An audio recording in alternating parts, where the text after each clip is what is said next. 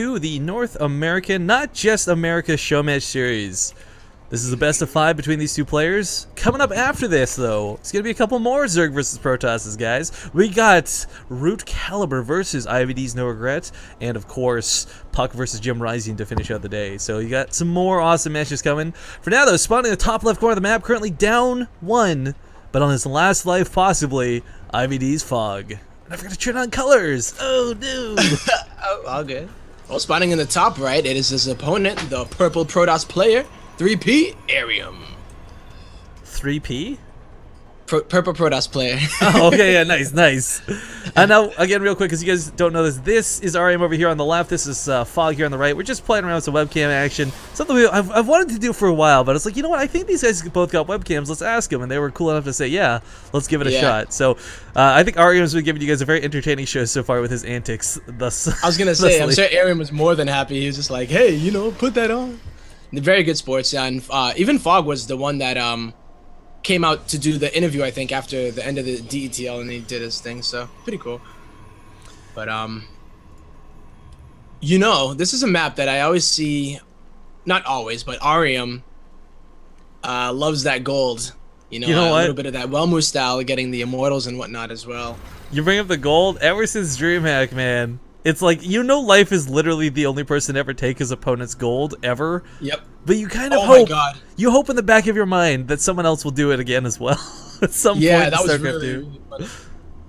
My favorite reaction was Artosis, too, for that whole thing. He's just like, oh, well, this is interesting. I'm like, this is more than interesting. This is so cool. Out of control. Like, it's one thing to just do it and just be like, okay, I took your gold, but, you know, developing a plan out of it as well.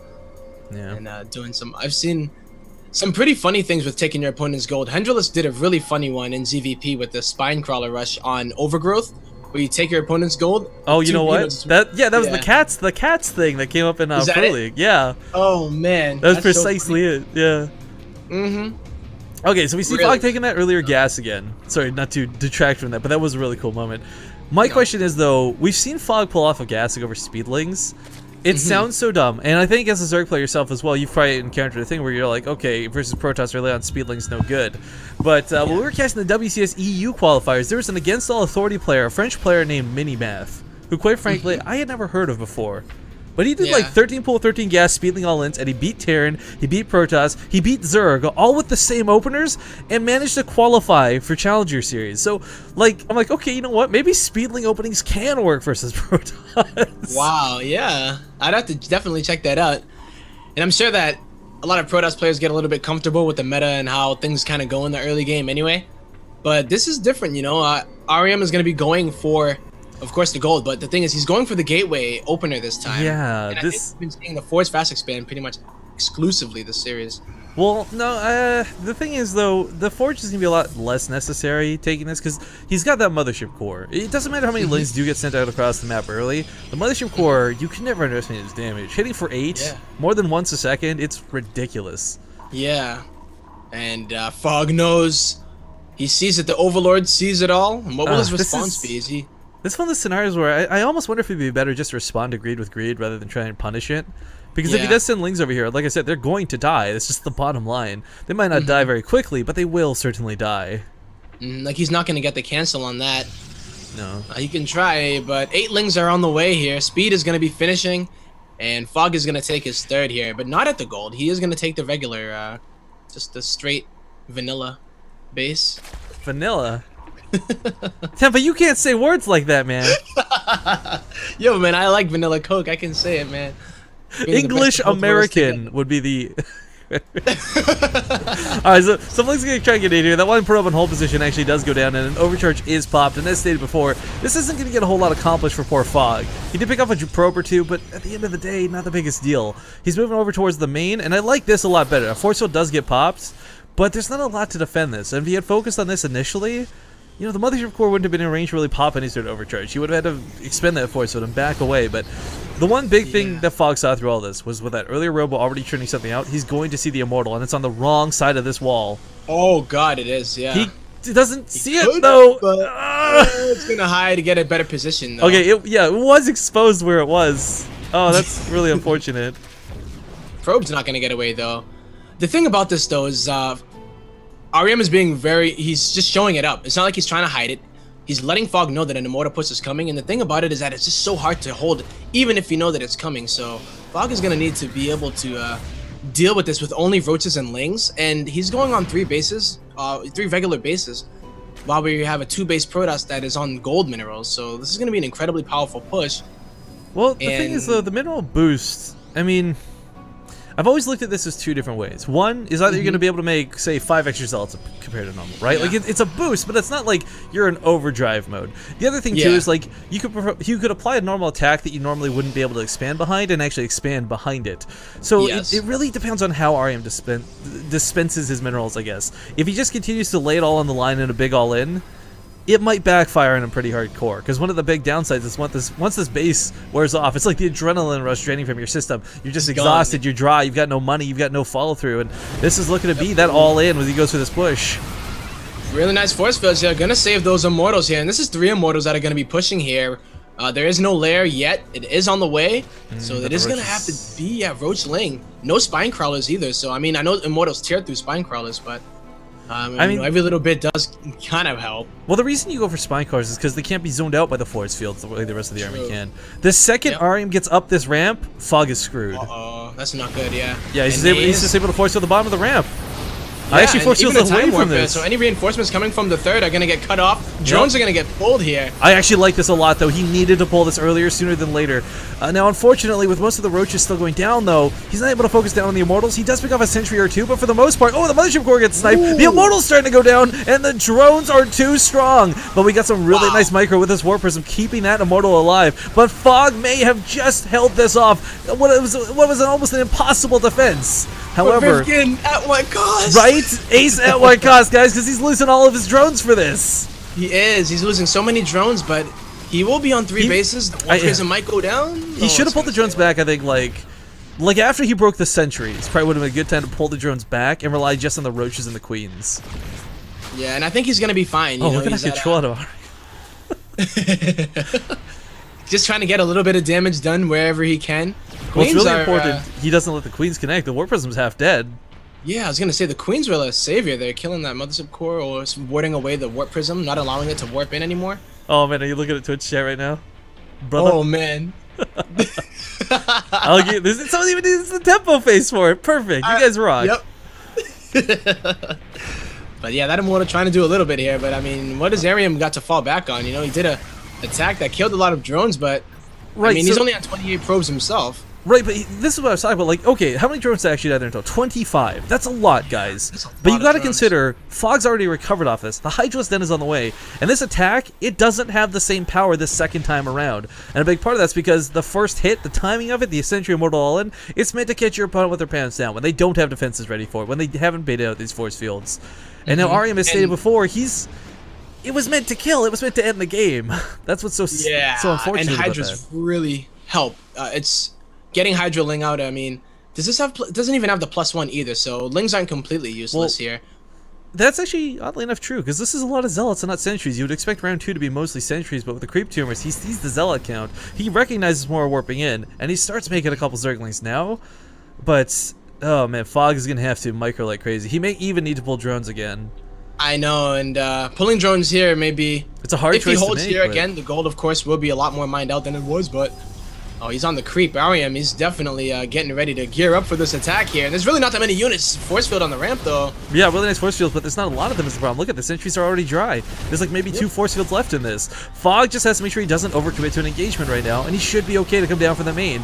There we go, gonna get on top of the army. Unfortunately, has to chew through the zealots first, but that's not a problem for these Hydralisks with their massive DPS. Lings flooding to the back, distract the immortals, and the drones. He calls the boys once again. The true heroes of this game right now, here they come. The drones and the zealots are just not as powerful as they usually are with that +1, but there's only 5 Hydralisks left is the problem. He did manage to get about half of those, if not more, and the mothership core did not die, but it's got no energy, so no more time warps at the very least.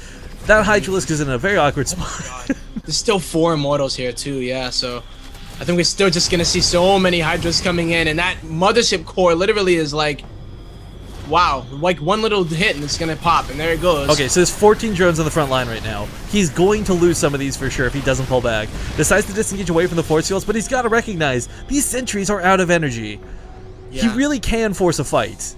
But the thing is, with Phog pulling all those drones, he just hasn't been mining as much as he would be, and he doesn't have the economy really right now to afford what he needs here. He can only really make lings right now, and oh my god, once again, the positioning here. No, the force fields are okay, but you can see the frustration on Arium's face right now. He's trying to find a way to make this work. He knows it's this or he's screwed. And if there was some energy on these force field, on these sentries to force field off the bottom of this ramp, Phog would lose everything. He may still lose the natural. In fact, he is going to lose the natural. Good, yeah. That one force field will delay those Hydras from coming in a bit, and here come the Hydras trying to, but the Zealots may be too much this time. Yeah, he was able to shoot through them before, but not this time. GG is called, ladies and gentlemen. Arium will 3-1 this series and take the victory. GG. Kind of gets revenge on Phog. Phog did win the Rotterdam Showmatch series for us, though, so kind of evens that up, I suppose. Yeah. Well played. All right, well, we'll play by both of these players. I'll see if Arium wants to do like a quick little talk, but we probably won't have a lot of time, guys, because we got to get to that next Showmatch series ASAP. So give me 1 sec here while I unmute Skype. Let's see if we talk to these dudes. Look at it. Arium is the funniest celebration. Right? Like, look at him, so happy, so cheerful. Mm-hmm. Oh, man. And they're on Skype, too, so they can see each other, huh? Yeah. Hey guys, can you hear me? I just unmuted Skype. I don't know. Maybe you guys muted Skype yourselves. Oh, yeah.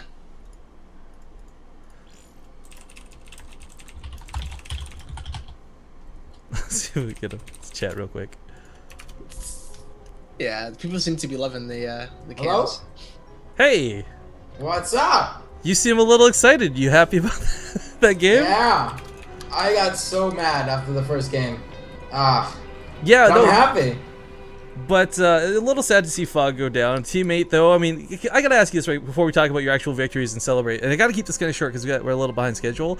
But let me get your camera here on the screen real quick. And do escape video. All right, so Arium, how does it? What's up? You always hear casters kind of talking about like team kills, teammates, and all these things. Do you feel there's any effect there? Is there any guilt for killing Phog, or is it just like a clean kill, a clean victory, and you're happy you won today? Well, I don't know if any of you guys know, but what's it called? Drew and I. Oh, well, I mean, guys, Phog. I always call him Drew because we actually talk quite a bit. I don't know. It always feels dirty because no team kill is a good team kill, unless there's like some feud between them, I guess. But like, I don't know. Like, I mean, it would have sucked if I lost, but like, I don't feel the greatest since I won. Since it always is a team kill, that's always a problem. But so it just feels really good for me to beat him because he's a really good player. Like, probably one of the best Zergs in North America currently. That's like up and coming, I guess. And you guys will see that in Breaking Out. I guarantee he will go far. So. Well, one of the things we talked about too last time we had you two fight off is actually during the Sub Wars. You were representing Rotterdam and Phog was representing us. And I did manage to win over there. What do you think was the big difference between? Because it was about, I want to say like 3 months ago-ish. It was a while ago at this point. What do you think the big difference was between then and now? Between you fighting against Phog? Is it more training on your end? Do you feel like he was just playing too much the same way? Where do you think your strengths lie? He's just really predictable, honestly. Like, I knew he was going to do exactly what he was going to do the first game, but I didn't scout it fast enough, so I didn't really react to it as properly. What's it called? So, pretty much what I did was, I prepared, or I didn't really prepare that much, but I was just fine with other Zergs and stuff, exactly, like bio-wise. I was fine with him. He's a really good player, too. I was fine with him and stuff like that, and I was fine with other Protosses, like SWS and, like, Believe, and they were just telling me how, like, he was really predictable, just, like, the same generic style. And whenever we ever play on ladder, he always just goes, well, I do the same build, too. But he always goes like Corruptor, Roach Hydra. And in the second game, I just scouted that fast enough, and then I just prepared and I acted accordingly. So. All right, cool. Well, I don't know. That looked pretty good. You were very happy. I like that on King Sejong Station, the showing off of the back of your. That was pretty funny. Yeah, I don't know, man. Like this jersey is pretty nice and it's nice. Like I don't know, like you can see it. I was gonna say I haven't actually seen the IVD jersey until now, but it does look pretty slick. It doesn't have that cheap. It doesn't like cheap feel to it. Like it looks really nice. It's like a professional, like I guess baseball jersey. So. Oh yeah, you know I didn't even connect that dot, but now I can see that totally. Just reminding me back of like, yeah, it was cool. All right, man. Well, like I said, I gotta kind of keep the short. You got any final words before we hop into our next Showmatch series? Yes.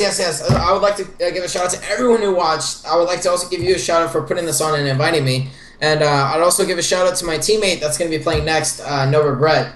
I don't know. I feel like this is gonna be a good match. I feel like I'm gonna be biased. I feel like he's gonna win, but I really want to wish him the best of luck. And thank you all so much for watching. Also, my sponsors: Cooler Master, MSI, Network Technic, my team, and everyone. Thank you all for watching, and that's it for me. Thank you. Cool.